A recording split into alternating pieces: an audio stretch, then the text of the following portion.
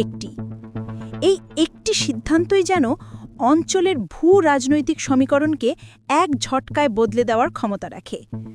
গোটা মধ্যপ্রাচ্য জুড়ে এক চাপা উত্তেজনা এবং রুদ্ধশ্বাস অপেক্ষা বিরাজ করছে, কারণ এই হেলিকপ্টার সাধারণ কোনো যুদ্ধাস্ত্র নয়, এটি আকাশের এক উড়ন্ত ট্যাঙ্ক, এক মূর্তিমান বিভীষিকা।